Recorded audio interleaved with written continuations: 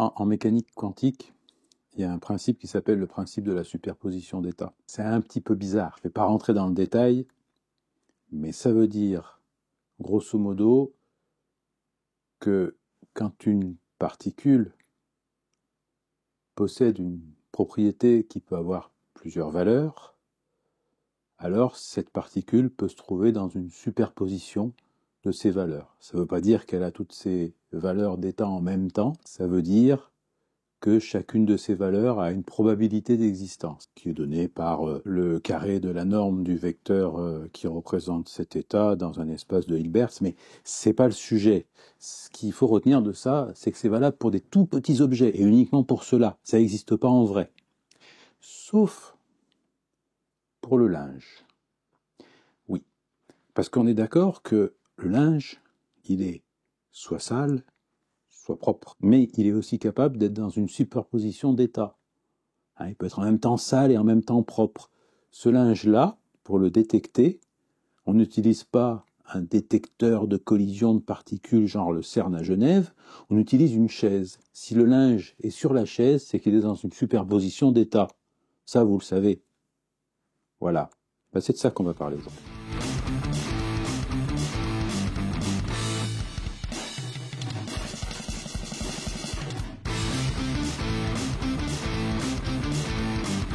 Et salut les boiseuses, et puis salut les boiseux. Alors comme vous avez compris, je pense, dans l'intro, aujourd'hui on va parler de linge quantique, ou de physique du linge, ou de... voilà. Et on va laver notre linge sale en famille. Donc tout ça pour vous dire, faut pas prendre au sérieux les conneries que je raconte en intro. Tout ça pour vous dire qu'on va parler d'un valet. Alors, précaution particulière au sujet des valets, surtout quand comme moi vous en faites deux. Si vous faites des valets, il faut toujours les poser bien de niveau, parce que si vous les laissez un peu en pente, ils vont dévaler la pente. Eh oui. Non, je suis désolé, j'étais obligé de la faire, celle-là. Je fais une vidéo sur cette réalisation, parce que c'est une réalisation comme ça qui semblait très très simple, et puis finalement qui m'a fait pas mal de boulot, l'air de rien. Et aussi, je vous en parle parce que c'est une réalisation où vraiment, et sans aucune allusion telle que j'ai l'habitude de les faire, où j'ai vraiment pris mon pied à bosser là-dessus. Ça a été vraiment beaucoup de plaisir, je me suis éclaté du début à la fin, vraiment, voilà. Donc du coup, je partage aussi avec vous ce genre de choses. Comment j'ai procédé pour réaliser ces valets? Alors déjà, je suis allé récupérer l'idée parce que c'est en parcourant un petit peu l'air du bois que je suis tombé sur ce modèle de valet qui m'a bien plu. Alors j'ai décidé de la ranger un petit peu à ma sauce et puis de faire ma vie avec, bien sûr. Puis je vous mets le lien en description. Je pense pas que ce soit spécifique à l'air du bois. J'en ai déjà vu un peu des trucs de ce style. Ça se vend, voilà, sous différentes formes. La première chose que j'ai fait, c'est le gabarit des joues. Voilà. Alors, ce qu'il y a à retenir, c'est que j'ai fait ça avec du MDF de récup, qui traînait dans la maison. Alors, il y en a pas mal, des plaques de MDF un peu pourries, là, qui traînent dans la maison.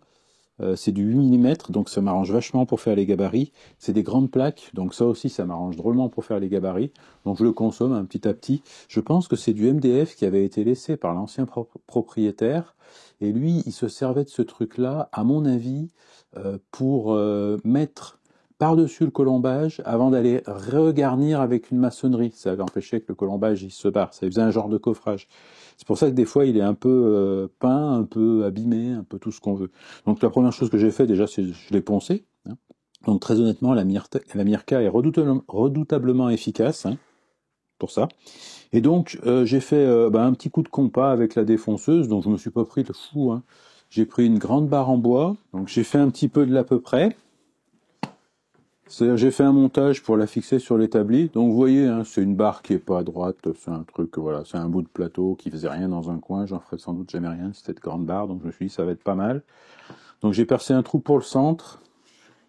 Là vous avez deux trous, deux cercles. Donc c'est des trous qui font précisément le diamètre de la bague de copiage que je mets sous la fleureuse. Oui, alors j'utilise la fleureuse parce que c'est du MDF de 8, donc voilà. Pour les rayons de courbure, là encore, je me suis pas trop pris la tête. J'ai récupéré le dessin SketchUp donc sur l'air du bois. Et ce que j'ai fait ensuite, c'est que j'ai avec l'inspecteur dans SketchUp, même avec la version en ligne, hein, ça marche. On peut aller récupérer les rayons de courbure. Donc j'ai mesuré ces rayons de courbure, puis j'ai fait mes 2 cercles comme ça, avec des centres décalés, pour donner cette forme-là. Hein. Voilà, donc que vous pouvez voir là. Voilà. Et en faisant en sorte que les 2 faces plates ici et là soient bien parallèles l'une à l'autre, pour que quand je pose le valet, j'ai le vide-poche qui va se trouver dessus, on va en parler après, qu'il soit plat, parce que s'il est penché, c'est quand même embêtant. Voilà. Autre point, ici vous voyez, j'ai tout de suite marqué les 4 trous, donc qui sont alignés, hein, sur lesquels il y aura les 4 barres qui permettront de suspendre le linge.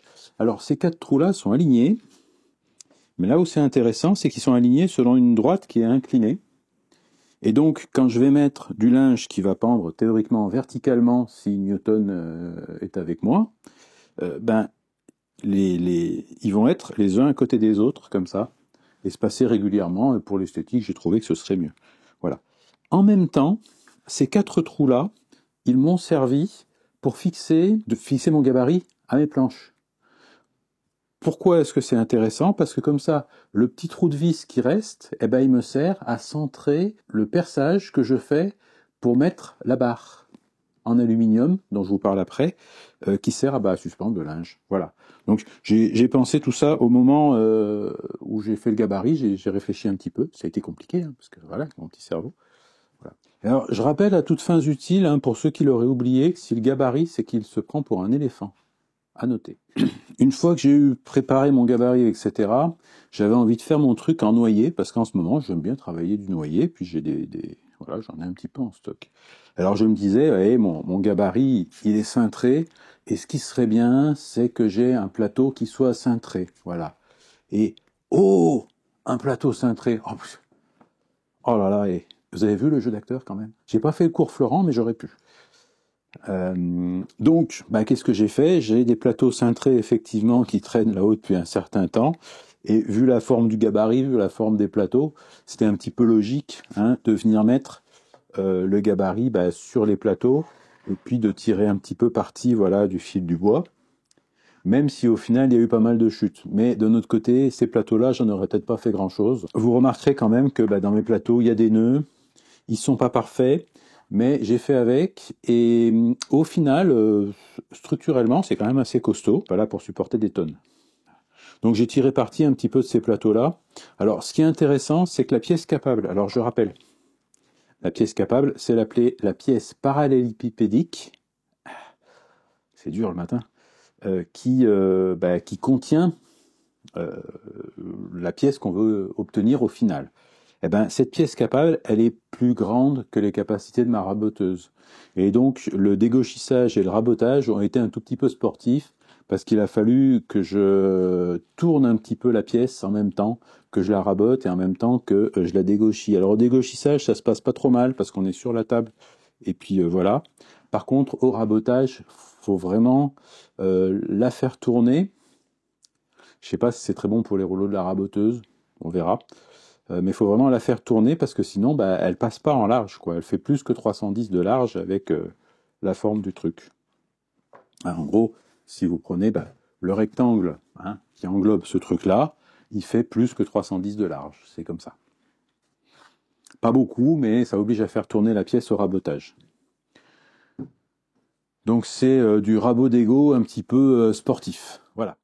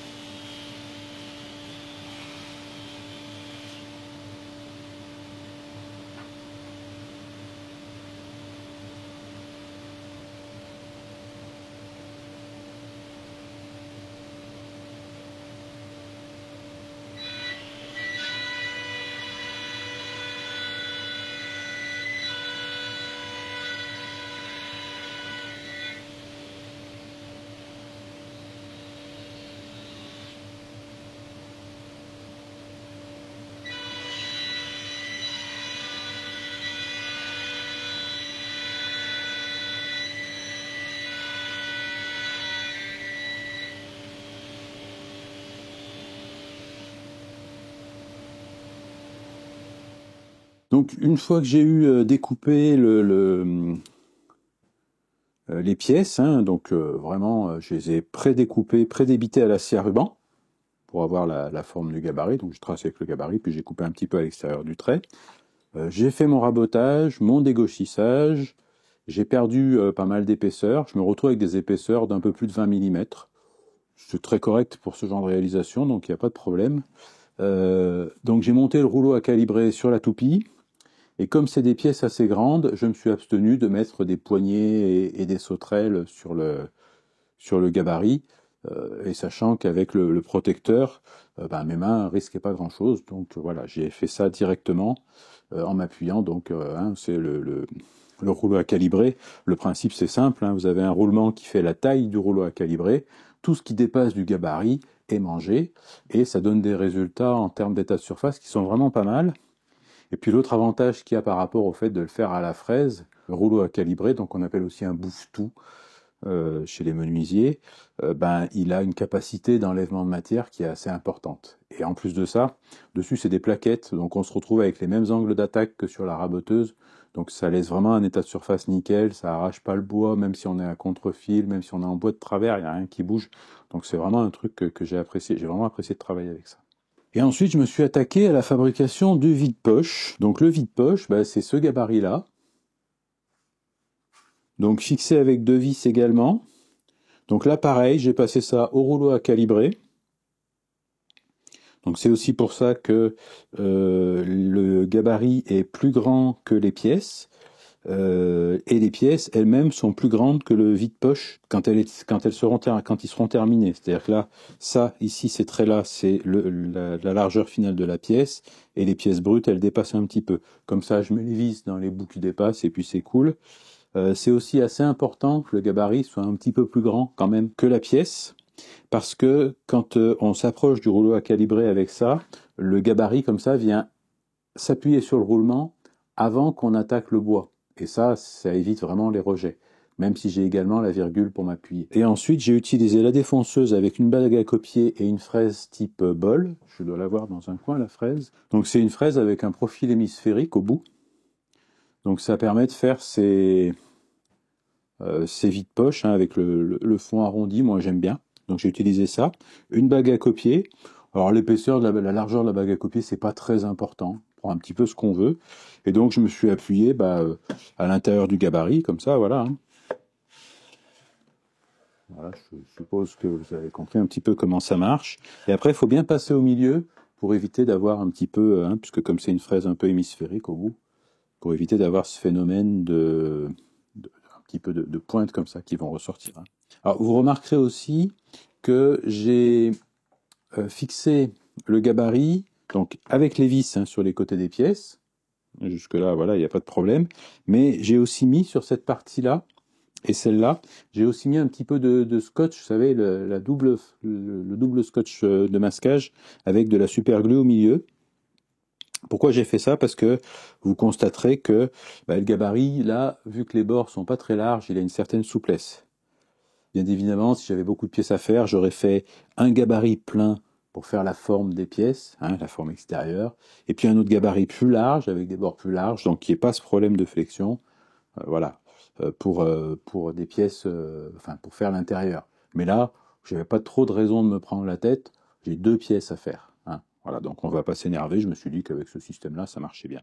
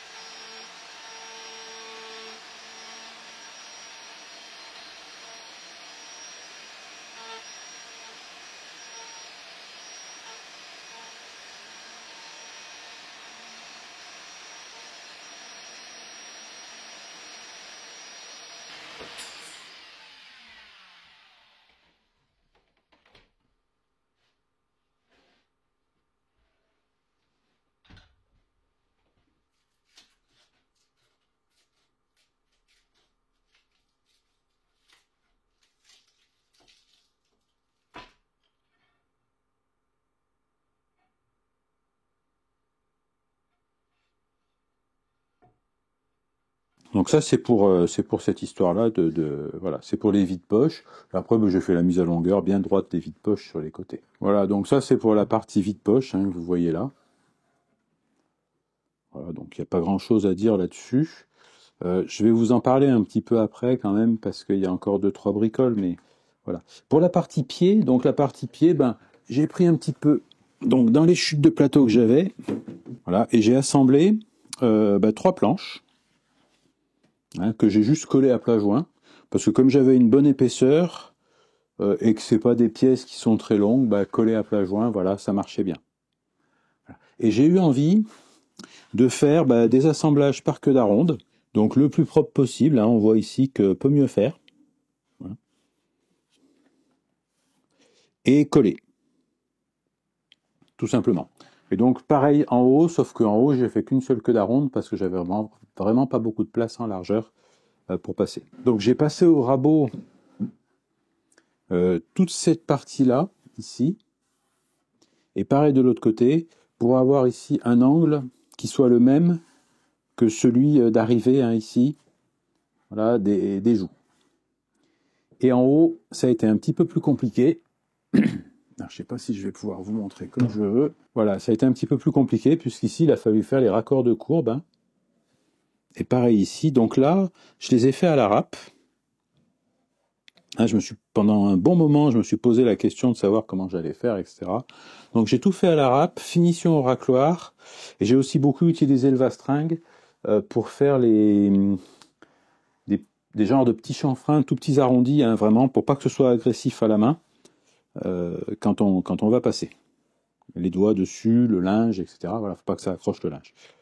Pareil pour l'arrière, là, je suis venu récupérer, donc, je sais pas si on verra, hein, je suis venu récupérer ici la pente donc de ça pour que ce soit harmonieux. Voilà. Et en même temps, bah, au collage, il fallait faire bien attention de penser à mettre les barres.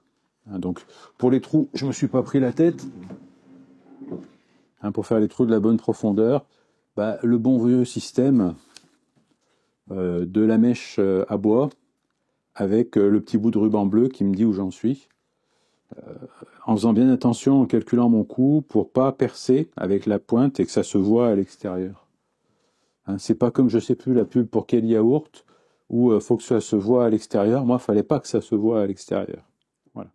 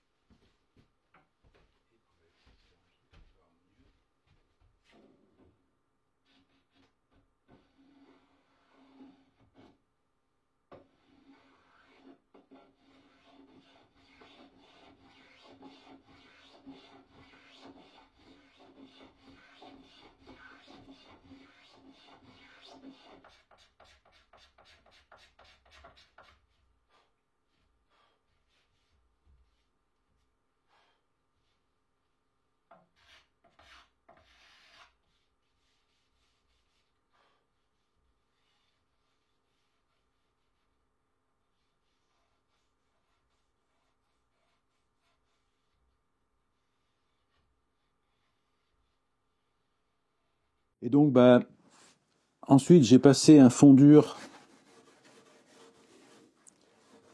en phase aqueuse dessus, hein. C'est du blanchon, comme vous voyez sur les images.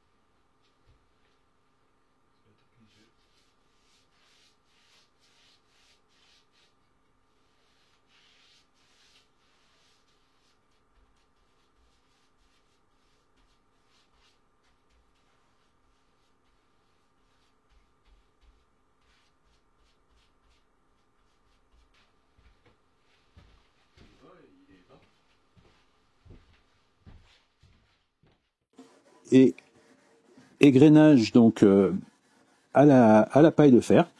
Hein, donc je prends de la moyenne. Moyenne ou grosse, ça égrène bien, hein. Et comme pour la bibliothèque d'il y a 2 semaines, derrière, je vais faire un passage à la cire. Le ruban bleu, là, que vous voyez, hein, c'est pour pas venir déjà agripper mon alu avec la paille de fer et pas le rayer. Et puis c'est aussi pour éviter que la finition vienne se mettre dessus.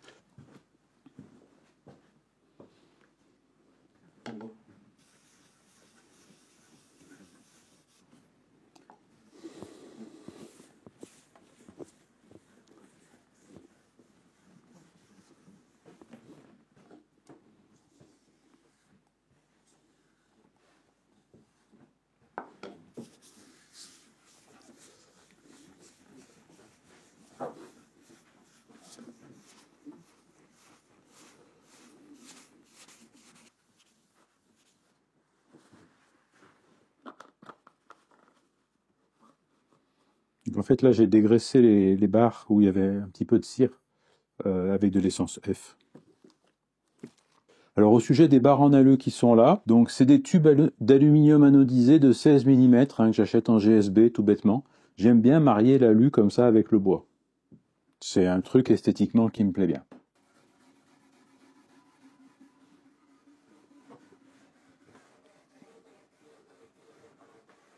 Puis après, le polissage, vous connaissez la musique, hein. Une fois que j'aurai passé la cire, petit coup de polisseuse et ou d'huile de coude. Là, il faudra les deux, parce qu'il y a des formes un peu tarabiscotées. Mais voilà.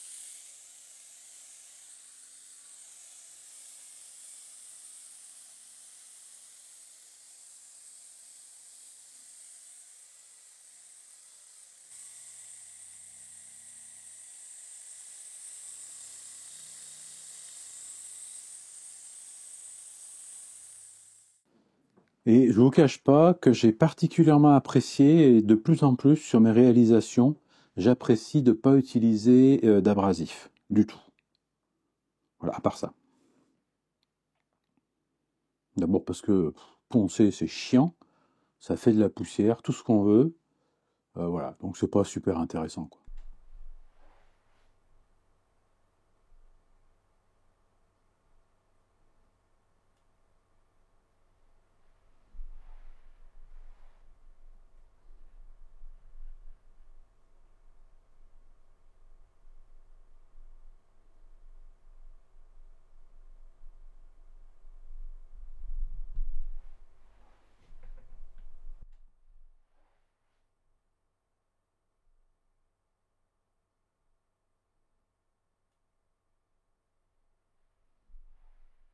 Je sais pas si vous le sentez, le moment où je vous dis de vous barrer de mon atelier. Ça arrive.